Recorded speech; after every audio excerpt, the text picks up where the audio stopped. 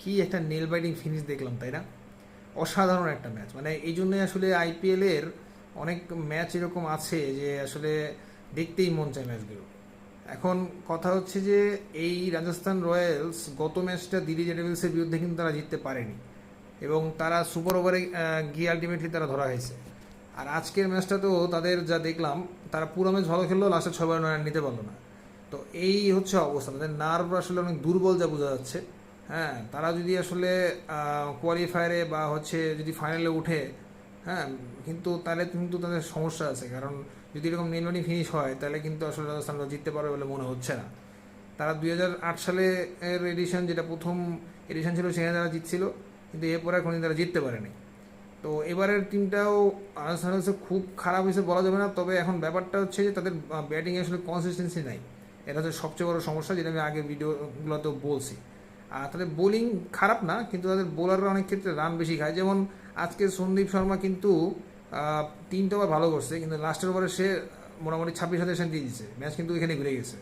আর ওখানে আব্দুল সামাদ 10 বলে 30 রান করে ম্যাচটা পুরো ঘুরাই দিয়েছে, অথচ ম্যাচটা কিন্তু রাজস্থান রয়্যালসের গ্রিপেই ছিল 19 নম্বর ওভার পর্যন্ত। আসলে টি-20 এমনই, টি-20তে আপনি 19 ভালো বল করলেন, একটা ওভার খারাপ বল করবেন, ওই ওভারে ম্যাচ আপনার হাতের বাইরে চলে যাবে। তো এটা হচ্ছে ব্যাপার আর কি। সন্দীপ শর্মা কিন্তু অ্যাজ এ বোলার হিসেবে খুবই ভালো, কিন্তু কথা হচ্ছে যে সে এক ওভারে 26 রান কনসিড করে ম্যাচটা পুরোপুরি একদম রাজস্থান রয়্যালসের গ্রিপ থেকে বের হয়ে গেছে পুরোপুরি, এবং সেও অনেক বেশি এক্সপেন্সিভ পার্সোনালিটি হয়েছে।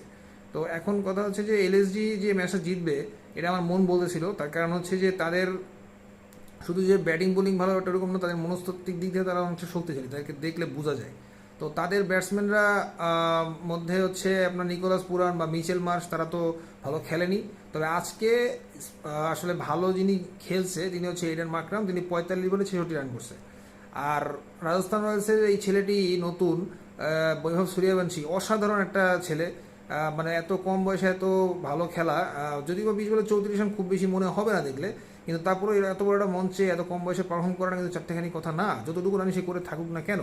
কারণ হচ্ছে যে আপনি যখন এত বড় একটা মঞ্চে পারফর্ম করবেন, তখন নির্ঘাত আপনার ইন্ডিয়ান টিমের সিলেক্টররা বা বিভিন্ন যে সমস্ত ফ্র্যাঞ্চাইজি যারা আছে আইপিএলে, তো তাদের আপনি চোখে পড়বেনই, এতে কোনো সন্দেহ নেই।